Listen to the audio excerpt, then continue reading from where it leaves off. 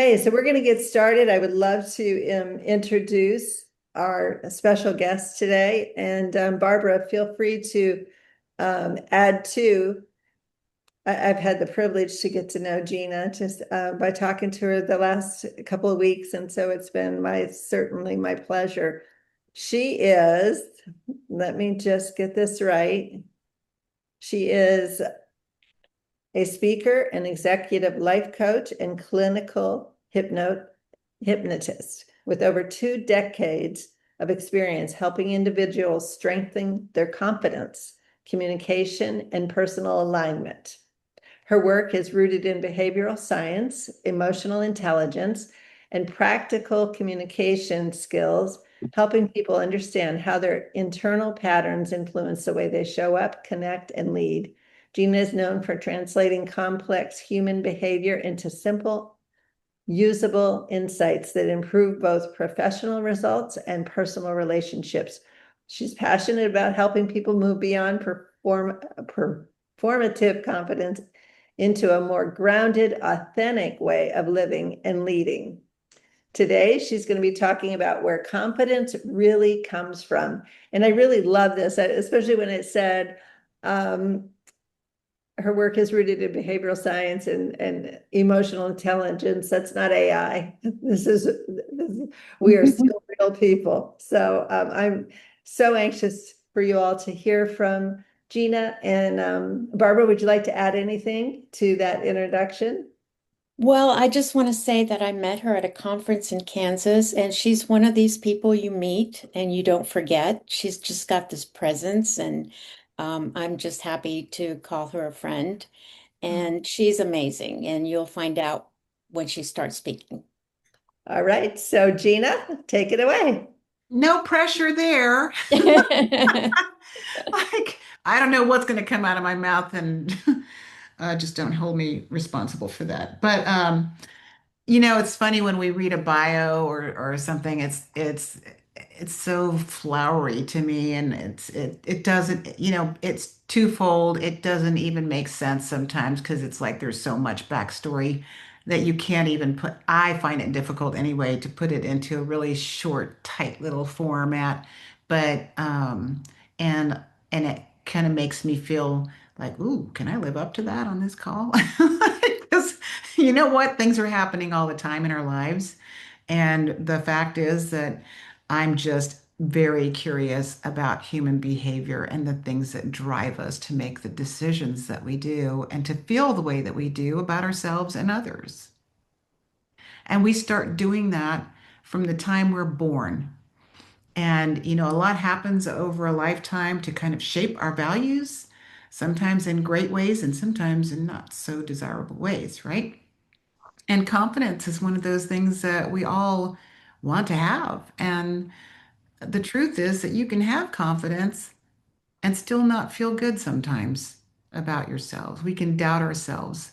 And I think that the environment matters, what's happening in the world matters, what's happening in our families matters, our personal lives. Are we dealing with some kind of crisis? Because the truth is that most of us are dealing with things. We're certainly dealing with a lot of things outside the scope of just our business posture, right? And things take you offline. They take you to other places, and we get to deal with things that sometimes we'd rather not. I know. Uh, I don't know if you know this, but Dave Jenks was my husband, and we had a beautiful, vibrant life together. It was for a few short years, but he was the one who introduced me into this real estate world. I had no idea what that really looked like, other than you buy a house, you sell a house, you live in a house, you decorate a house. And you know, I felt like at one point, several points actually, I thought, well, I need to become a real estate professional because I started having relationships with people in real estate because of him. And then I started speaking. I followed him everywhere to his speaking engagements all over the country. And I started getting requests to speak. to real estate professionals as well. And so I thought, well, maybe I need to get my real estate license. I'm not sure if you know this, but Dave Jenks did not have a real estate license.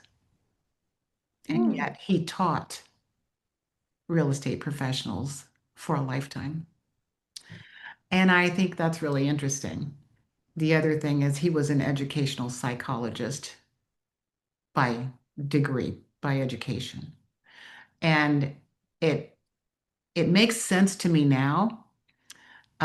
He was able to see people. Now, I'm able to see people, and I think that people are able to see me because we have an internal guide that says, you know, I've experienced a lot of things. My husband did too in life that were not necessarily always pleasant, just like me, but we were on two different trajectories professionally. And somehow we still had confidence. And I think we bolstered each other's confidence. We had many, many magical conversations. Every day was like, it was literally like a mindset mastery course every single day. And I remember thinking, wow, this dude's really smart. The first time we talked, he was really, really intelligent. And I think that was why I fell in love with him first, right? But our communication styles matter. And whether or not we feel confident in the moment on any given day, I want you to most of all recognize that our confidence shifts by our mood a lot of times, our emotions. So it really is incumbent upon us to manage our emotions. And I would say that that requires awareness, self-awareness. You know, anytime you're talking with anyone, you're going to want to be self-aware and aware of them, really aware. So pay attention. Like the one of the biggest issues I see with a lot of real estate professionals, which I've coached many of them, teams and executives over the years, it's we have a lot of things working here. It's feast or famine. It's um, performance pressures. It's comparisons. It's lack of structure sometimes for yourself, most of the time, because most teams are really good at training, and you get a lot of training all the time. So if we have the skill sets to do the work and we're struggling, then it can be a matter of what's your internal structure look like, right? So our mindset is critical. And then it can be scarcity or abundance. You know, a lot of times it's feast or famine, like I said. And so that marketing uncertainty coupled with your own uncertainty in your life can create problems. And so that's why I say awareness is everything. That's really your superpower when it comes to confidence and understanding that this is just a moment wherever we're struggling. It's a moment. We're all humans here. This is why when I want to come on and talk, you know, or I'm invited to talk, a lot of times they will say, "Well, I want you to structure this around real estate." And my comeback is always, "Well, we're dealing with people. Your people, you are a person, you're a human being with all kinds of emotions and behavioral styles and experiences, and we draw from all of that. Your customers are people. They're having experiences, emotional experiences. They have a history, they have an attachment to money, to love, to a home, having a home. Those are all emotional experiences. And so then it becomes really interesting when we start to see humans as, well, they're having a human experience. What can I do to facilitate a better, comprehensive relationship with them? And the ideal is that we all want customer relationships that are going to carry us through a lifetime. We want generational customers from our real estate people, our consumers, right? And so I think that so awareness and education is key. And Grace. I love that you include grace in your HUGS huddle concept because it takes a lot of grace to move through difficult times, challenging moments, whether it's business related or it's an emotional experience and an emotional relationship. But make no mistake, one of the most overarching things that people come to me for is it's for business. Something's not right in their business relationship. That's what most people come to me for.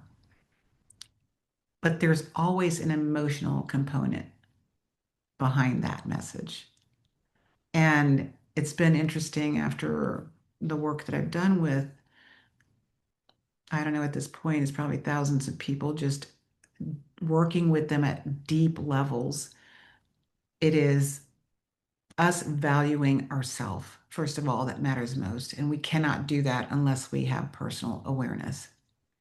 And composure is a huge signal. Are we composed in the moment when something happens? Are we composed on a normal basis? Yes, but how are we composed when there's a moment happening? Because what people tend to do is they hesitate, they overthink, they give up control, they overtalk, they push, they try to prove something. This is collapse and posture. And when people are posturing, they get loud, they get aggressive, they're over assertive. And so when people vacillate with their decision making, maybe that's a cue for saying maybe they need more information. Yesterday I was at the hospital and I actually was dismayed by the news that they shared with me about one of my medical conditions, but I was also hypersensitive to the fact that this was a moment I needed to be very self-aware and composed. I didn't need to collapse and I didn't need to posture. I just needed to stand up for myself and take personal agency and ask questions. Sometimes if your people when they get confused or overthink things, it's because they don't have enough information. Does that make sense to anybody? Yes. It's our job to train them, to educate them, not just in um, business matters, with whatever business you're conducting with them, but it's also personal agency. Like how I'm teaching people when I speak with them how to treat me, right? So it works in every relationship. It's not just a this or that relationship that it works with. And then it is your absolute best advantage is just composure. And so that means being responsive, not reactive. Sometimes it means taking a pause. Like I reflect a lot of times, I take a pause. About within the last 6 years, I lost my father, my husband, one of my sons. My brother died at the same time my mother had a stroke, a massive stroke. And she's still alive, but constant care. This past year, I had a stroke myself.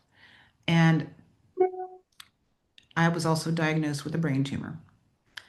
Um, and I have two other children that were diagnosed with brain tumor also last year. So it hasn't been a year yet. But when I tell you there's other physical conditions going on too, but my moments are often where I have to check myself because I am still in business. But I will tell you that one of the most monumental shifts for me on how to get through situations and really tap into resilience is taking pause. Stillness and quiet is your best friend. You take a pause before you respond. You take a pause before you respond to whatever's happening, but also if something triggers you, it's a sign something's not right within. I want to I want to let allow time for any questions. Does anybody have any specific questions that they would like to address here at this time? I love that. I love what you just said. Time for pause. to evaluate the situation in every situation and try to seek first, understand. And Absolutely. it's powerful. Anybody else have questions? I'm not good at looking at raising your hand, so just speak up. I do. Go ahead. For me? Yep. Okay. Thank you so much, Gina, for sharing and being as vulnerable as you have been. Okay. One of my questions was going to be, how can we pray for you? But I think you've answered it, and I know how I will be praying for you. The other question I had for you, I understand the concept of pausing and taking the time. A lot of our people are going through and having a lot of issues, like what you said, but I find a lot of young people living in a state of fear and anxiety. What do you draw on, and how can we help support them better in helping them get through the anxiety that they're experiencing? That's a really great, astute observation, Ramona. Thank you for sharing that question. Um, I've worked with more young adults than I ever have recently in the last 2 years, 2 to 3 years. And I think, what we talked about earlier with technology and, everybody's heads down. I mean, I can go into any restaurant and see everybody's head down at the table. They're sitting together. Nobody's talking. But one of the overarching things that I'm hearing from young adults, and this is like high school, college age in particular, they're they're so fearful that they have no bearing on what I'm talking about the ones that come to me. They're just afraid of a lot of things. And I think that the best thing that we can do is to have a conversation with them, like just a low key conversation, no pressure. A lot of times when we're walking or talking with young people at any age, it's walking side by side with them instead of face to face. Because face to face, when somebody's in a fear stage, it's too confrontational for them. It's it's too much. And so remembering temperance with our tone also. I'm a big advocate of helping people speak on stages and just speak. You, again, it's that calm center. I have to decide that I'm going to be really calm. When I was a younger woman, I had several businesses at the same time. One of them was a daycare business. And I was trained to, if I wanted to get their attention, I would come down to physically to eye level. I would get crouched down and look at them and lower my voice. And this could be in a room with a lot of other kids making noise, and distraction, but face to face, eye contact, lower your voice, get quieter. The same thing applies with teens because they're much in a rebellious stage. They're in a, counter to any authority stage. Um, you know, a lot of times they think that we've left a legacy of harm in our world for them generationally. And so we have to be very self-aware at those times in particular and just be compassionate, but also strong because they need both. They need both, and they don't often recognize that. But our tone and the cadence of our words matters. So I hope that helps you. It does. Thank you. I also had 5 children who were all teenagers at one time. So that kind of reinforced a lot of that. Although I will tell you, I was not the best in that in those moments, as I am a little bit more educated and self-aware now. So Uh, it's challenging. I do love that. And your tone really is a powerful tool. Okay, anybody else? Questions? Hi, my name is Patricia. Hi, Kim. Hi. This has been so, I'm just truly grateful to be listening in and everything that, Gina's shared. This is really insightful. And there's so many things, so many takeaways. And I think you're so brave and courageous, for everything that you shared and everything you've been through and everything you're going through. And, you know, like Barbara said, I pray for you. And, another thing I think that, sorry if it's loud where I am. Another thing I really found interesting that you shared was about, just the business and our clients. And how just the emotional element, the importance of, the purpose that we serve and helping people. And, from my experience, a lot I haven't been in the business for a while, but I feel like it's so transactional, and people sometimes I find the people that I'm working with or the transactions I'm involved with, it's like the person isn't really our clients are not the priority. And I really, I hope that and I pray we can, all work together and change that, because, that's really why, we really should all be in this, is because of our clients and really helping them and, build a better future, attain more, and, help them get, everything that they, desire for themselves and their families. But thank you so much for sharing all this. Oh, you're welcome, Patricia. I'm so honored by that it matters to you. And the overarching theme is that we are all in service to people, to humans. And we do better when we remind ourselves of that and also let them know there's no greater pleasure for us as humans to be able to feel truly seen and heard and feel valued. And, when you're in transactional work, which, a lot of us, and we know there's transactions that need to happen. That's undoubtedly true. But to remember that you're working with actual human beings who are also having an experience as a human being that has questions about a lot of things often. Even it's really secure people. People who seem really secure and confident. I've had some experiences with professional men in particular who presented as this really strong force, and in working with them, they break down and cry just like everybody else. And so this posturing piece can be a defense mechanism with anybody. But just remember, there's things that have happened in their lives. And few of us escape a life that is challenging and difficult at times. Yeah.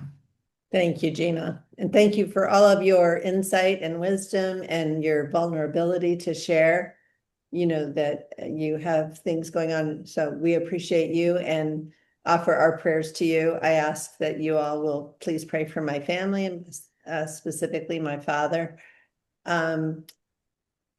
Nancy says, thank you for the reminder that answers are within the quiet moments. Those quiet moments are essential. And, we need each other. We need these moments that we're having the third Friday of every month, and the wonderful speakers like Gina who agree to come on. And with your permission, we will post this so that others can enjoy and learn from what we're trying to offer in the world through our HUGS huddles. So thank you for being here today. Especially thank you, Gina. I want to just remind you that Red Day is coming up. And remind me the date, May 15th. May 14th. May 14th. So everybody be there, get excited about it. And so let's just take our right hand to our left hand to our right, and give yourself a big hug. Very important to care for yourself and to understand yourself. Thanks for being here today, and God bless you.